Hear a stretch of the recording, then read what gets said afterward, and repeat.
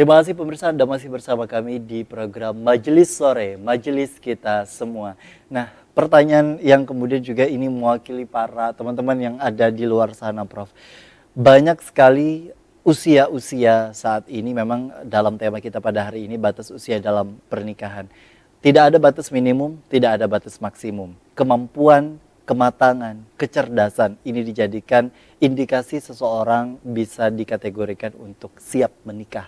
Tapi banyak juga atau sanksi sosial yang kita rasakan saat ini ketika laki-laki di atas usia 30 tahun atau kemudian perempuan di atas 25 tahun ini bisa dikategorikan bujang tua atau bujang lapuk, mohon maaf. Sanksi-sanksi sosial itu sebenarnya awal mulanya bagi yang bersangkutan tidak masalah, Prof. Tapi karena ada desakan-desakan seperti itu membuat orang itu stres dan akhirnya menikah dan ujungnya divorce atau cerai. Bagaimana tanggapannya dengan kondisi ini, Prof? Kembali kita ke Nabi dulu ya. Jadi patokannya ke sana dulu. Rasul sangat menganjurkan kepada pemuda untuk kawin. Kalau bisa jangan ditunda. Kalau Anda sudah memiliki kemampuan. Baik. Jadi kalau Anda sudah mampu kawin. Kita seringkali, karena kemampuan itu relatif.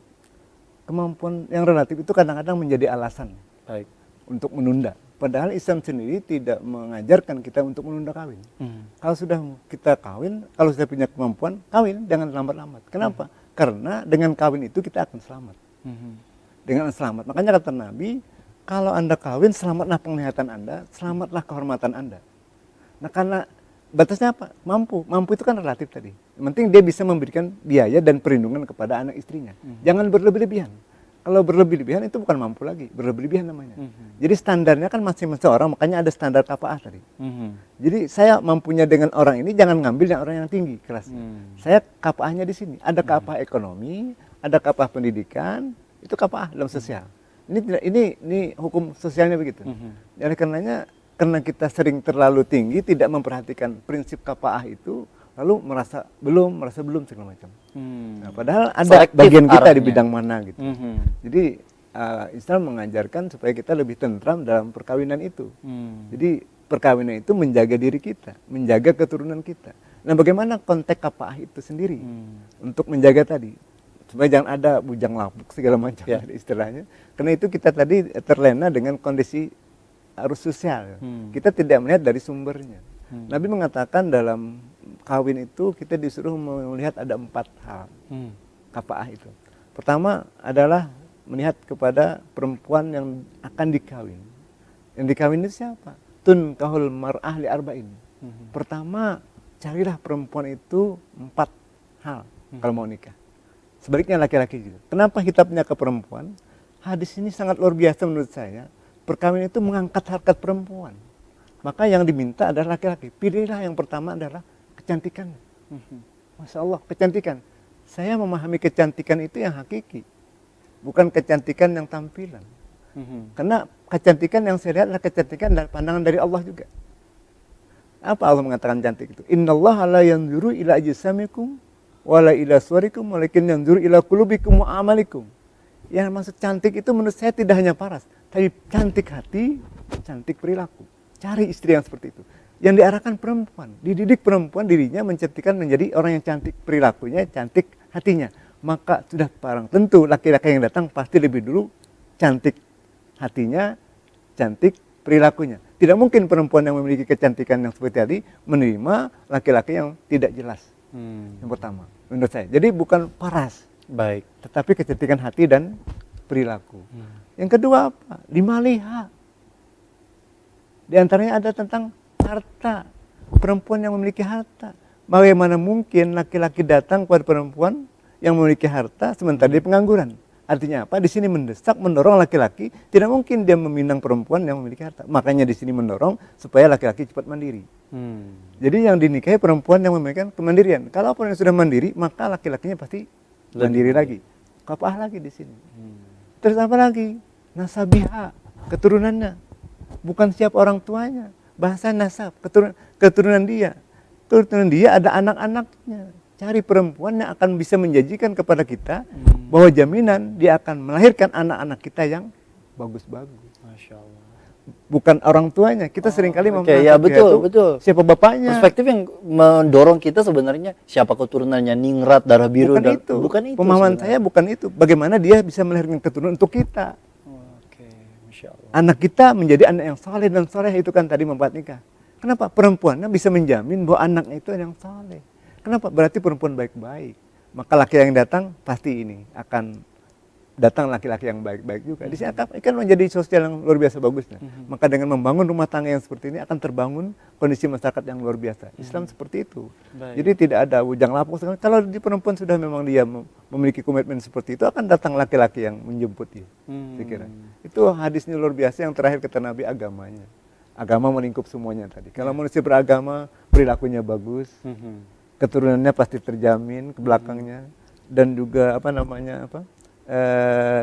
orang beragama tidak ada yang pengangguran, karena dia punya kewajiban untuk berusaha, mencerdaskan intelektualnya dan mencerdaskan kehidupan ekonominya. Saya kira itu yang keempat itu lidin ya, prosper bisa tidin Agamanya. Nah, berkaitan dengan kafaah yang kemudian tadi disebutkan Prof. Ini kan juga berkaitan dengan kondisi-kondisi banyak sekali dari kemudian para pemuda maupun pemudi untuk memantaskan dirinya. Memantaskan diri untuk mendapatkan tadi dengan 4 kategori yang tadi disebutkan Prof. Sebagai penutup yang kemudian bisa disampaikan pada program Majelis Sore pada hari ini, sejauh mana sebenarnya peranan seorang pemuda untuk bisa mendapatkan pemudi yang kemudian juga diinginkannya sebagai jodohnya dengan kategori-kategori kafaah atau sekufu tadi Prof. Tapi melihat sejarah bahwa yang baik akan mendapatkan yang baik, yang tidak baik akan mendapatkan yang tidak baik. Kalau kita melihat dari sejarah masa silam, begitu Fir'aun yang mendapatkan istri yang solehah, kemudian juga Nabi Nuh yang mendapatkan istri durhaka. Nah, bagaimana dengan kondisi orang baik akan mendapatkan yang baik? Bagaimana tanggapan sekalian kesimpulannya, Prof? Ikhtiar kita, usaha kita mencari yang baik, kita akan mendapatkan yang baik. Ikhtiar ya. Jadi kita usaha yang baik, insya Allah mendapatkan itu ikhtiar kita. Tapi ke belakang apakah itu baik? Wallahu alam. Itu sudah Allah yang tahu nanti. Jadi digambarkan dalam kasus-kasus Nabi Nuh, kasus-kasus Nabi Fir'aun. Memang awalnya kan baik, mencari yang baik, tapi nanti di belakang perjalanan hidup, hidayah Tuhan itu kan berpihak kepada siapa gitu. Jadi kita berusaha untuk mencari yang baik. Apakah nanti sudah kita berusaha mencari yang baik ternyata memang tidak baik, itu sudah kembalikan kepada Tuhan, itu namanya sudah takdir. Usaha dulu. Tapi kalau dari awal kita tidak mencari yang baik, itu bukan takdir. Itu adalah ceroboh. Itu adalah memang kelalaian kita. Tapi kalau dari awal kita sudah berusaha yang baik, tapi ternyata setelah kita kawin ternyata berubah segala macam, itu kan perubahan sangat memungkinkan terjadi. Itu sudah dalam posisi di luar kemampuan kita. Yang penting kita disuruh untuk berusaha dulu, mencari yang baik, insya Allah kita akan mendapatkan yang baik. Jangan kalau kita dari awal sudah tidak berusaha, mana mungkin ya. Maka Allah nyuruh kita untuk berusaha dulu yang baik. Nanti kalau ke belakangnya, mudah-mudahan kita berharap husnul khatimah. Amin. Kan husnul khatimah kadang-kadang bisa jadi di akhir yang baik kan. Nah, bagaimana baik menjadi baik tergantung usaha kita, dan bagaimana kita mengawalnya yang baik itu tetap menjadi baik. Kalau sudah kita kawal juga sebagai kepala rumah tangga tetap saja menjadi hal yang tidak baik, itu ada pilihan. Islam juga tidak dalam Islam juga tidak harus bertahan terus. Kalau memang kita tidak bisa membina, dan lebih banyak mudaratnya, kita dibolehkan untuk mencerainya. Jadi kalau memang pada saatnya itu memang sudah kita tidak bisa pertahankan lagi, tidak sesuai dengan apa yang diatur oleh agama, kita punya hak untuk mencerainya. Demikian juga bagi perempuan, ternyata suaminya yang tadinya baik ternyata di belakang menjadi laki-laki yang seperti apa, daripada dia akan mudarat, maka Islam juga memberikan jalan untuk bercerai kepada dia. Jadi hak cerai itu ada pada suami, hak cerai juga ada pada istri. Itu luar biasa dalam Islam. Jadi dalam rumah tangga Islam itu tidak dimonopoli oleh suami saja, tidak dimonopoli istri saja. Pada saat dan perjalanan rumah tangga nanti terjadi hal yang tidak mungkin dan akan mencelakakan dirinya atau akidahnya atau kehormatannya bagi salah satu pihak, maka salah satu pihak bisa untuk keluar dari pernikahan itu yang namanya cerai. Meskipun cerai itu kalau Nabi abghadul halal indallah at-talaq. Kalau bisa hindari dulu, perbaiki dulu. Kalau sudah tidak bisa diperbaiki lagi, silakan. Nah, ini dalam Islam perkawinan begitu indahnya, tetapi juga keindahan itu suatu ketika bisa jadi berubah dan itu tidak bisa dipertahankan. Islam memberikan jalan keluar. Solusinya adalah cerai. Baik. Masya Allah, hari ini terima kasih banyak Prof. Sudah banyak belajar tentang tema kita pada hari ini, batas usia dalam perkawinan, oleh Profesor Dr. Haji M. Fahmi Al-Amruzi M.Hum. Semoga kita semua insya Allah mendapatkan keridhaan oleh Allah dengan menikah, dan keturunan kita pun juga insya Allah mendapatkan keridhaan oleh Allah, dan nasab yang kemudian juga insya Allah terjaga oleh Allah. Dan semoga kita semua terhindar dari yang namanya wabah COVID-19 ini sendiri sekali lagi, dan semua ini bisa kita terlewati dan para masyarakat ini bisa kembali beraktivitas normal, sehingga masyarakat pun juga insya Allah dalam menjalankan yang namanya ibadah puasa tetap semangat dan tetap mencari keberkahannya. Terima kasih sekali lagi Prof. Terima kasih bagi para pemirsa yang ada di rumah yang sudah menyaksikan program Majelis Sore pada hari ini.